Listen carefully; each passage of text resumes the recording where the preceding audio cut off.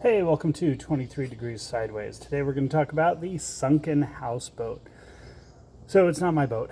Um, and this is part of what I talk about when I talk about living aboard at a marina, and boats and maintenance and stuff. This is pretty much it. This is how it works. If you don't do stuff, this happens. Now, I feel bad. Um, I do genuinely feel bad because I think I should have put a little more effort into talking to the owners when they first had the leak problem. That was about 5 days ago. I don't know. It was. I think it was Friday or Saturday. They woke up and they were wet. The floorboards were wet, so they knew they had a leak, and they were fixing it. And they took the mattresses out and they took some stuff out to dry, and we helped. Um, but I didn't really push the issue of you have to find the leak before you go home. You have to find the leak before the weekend's over. You have to find the leak before we have a beer. I didn't really push that hard. I gave them the ability to be responsible and everything, and they've got a lot going on in their lives. So it's not responsibility. I gave them the opportunity to make their own choices without input. And sometimes community needs to be a little forceful. This isn't a blame game. This is a boat problem, and it could have gotten worse. And there could have been a second leak, or something could have happened with the bilge pump after they left, and then the next two rainstorms. There's any number of causes. I don't know specifically what happened. The suspicion is that the bellows, the valving on the out drive, because this houseboat had an inboard outboard IO motor, that failed, and that the boat was low enough for some reason for that to have been a source of a leak. And then once you get lower the stern of the boat a couple more inches, that leak just gets bigger. Now, I don't know if any of this is really true. I don't know if the outboard. I didn't see an outdrive attached, so there's a hole there that was above the water line. And what may have killed them, not killed them, no one died. What may have killed the boat was that the outdrive hole got underwater after a seacock was broken. And this is what I mean. I want to come back to a point that I stress quite often. Living aboard at a marina is a fantastic, wonderful lifestyle choice if you want to do it. There's nothing wrong with it.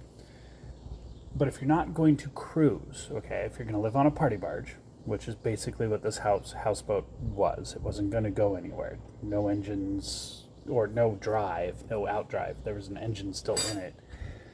If you're not going to go anywhere, and it doesn't matter, see the power boat next to it, you can live on that and it can go nowhere ever again. But if you're going to do that, you need to take very good care to make sure that you don't have the potential for disaster. Disaster almost always is going to be a sinkage or an electrical fire. Those are that's it. It's going to be 98% of the disasters, and the disasters really aren't that common. So check the seacocks, remove the seacocks, plug the seacocks from the outside, do whatever you need to do, and keep things safe. Don't try to string it along with the idea that you're going to make it move again someday. If you're going to pull it out of the water and do a restoration project, then fine, that's great, but you're not going to do that in the water. And you're not going to do it piecemeal like that. And you're not going to do it with just saying, no, I don't need to fix things because I'm going to fix them someday. You need to remove the potential for the problems. Honestly, if I could get rid of every through hole in my boat that I live on, I would. I can't. I could, there's a couple that I could plug from the outside. There's one that I have plugged from the outside, because until the engine rebuild is done, because this is a cruising boat, we have an out of the boat engine rebuild happening. Until that's done, I don't need to risk the through hull for the engine water intake. It's cooling water. Don't have to even bother with that. So you just go out of the boat, get in the water, and put a bung in it, cork it, and you do that. That's fine. So, if I could remove all the three, if the boat was never going to move again, I could cork or remove. It depends on whether you're taking it out of the water or not. But cork every through hole. Put butyl rubber around the cork, get the cork nice and narrow, cork it in, screw it from the other side. Just make sure it's really permanent and gummy and hard to take off. Do it.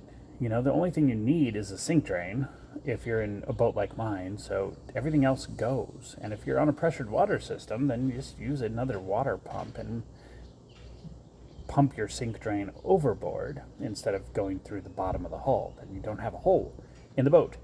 No holes in the boat if you can avoid it. This is the result, And again, I feel bad because, I know. I don't think everybody really thinks about it, or you don't think about it when you're stressed out. You don't think about it when, you have a death in the family or any of the life events happen.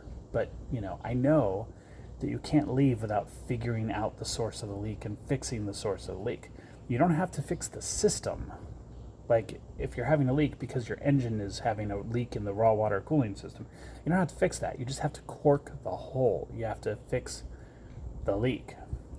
Work the problem back to the basic. If you've got hot wires, unplug the hot wires, man. You don't want to risk a fire. You unplug it. You don't have to fix the wires right away, but you may need to make sure that there's no fire risk.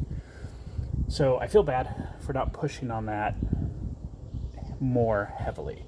Not my responsibility, not my job, not my blah, blah, blah, but out of a sense of community, I did mention it. I did say you need to find the leak. Where's the leak? I asked the question, where's the leak? I don't know. I'm like, okay, well, I'll help you find it. You got to find it before you leave, and we just continued on with our days. But as a liveaboard in a marina community, I feel like I should have gone on board and walked through the troubleshooting processes. Can't do that for everybody, can't do that all the time, but would not have hurt my day. So I feel a little bad. Not guilt, just, I feel like that's a problem that I could have solved as a white male engineering type of nerd, right? So, but that's the risk. This is the thing that I get at, and I'm pounding on over and over and over again. If you're going to live in a marina with a boat that is essentially a houseboat, whether it looks like a sailboat, looks like a motor trawler, looks like a big Hatteras 54, whatever it looks like, if you're going to use it as a houseboat, make sure it can't sink. Make sure it can't catch on fire from electrical problems. Those are the two things that will, damage you. Okay, so how do you raise this boat? Given the structures and the ability of stuff here, you can't use the pilings to jack it up.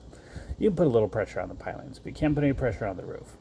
So what you're going to have to do is you're going to have to get in there with airbags. You're going to have to run air pumps, big, heavy rubber bags, basically, balloons. You're going to have to fill the voids, and that'll push the water out when you pump the air in.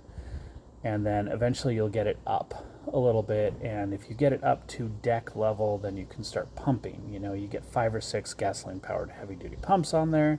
You get it up a little bit, you find the leak, and you fix it. It's gonna cost several $1,000s to do that, and I don't know if the resources are available way out here in the middle of nowhere. So, this isn't my news story. I'm not gonna, I might keep you posted. I'm not gonna make a big deal out of this, but this is why you think through what your actual situation is when you live at a marina,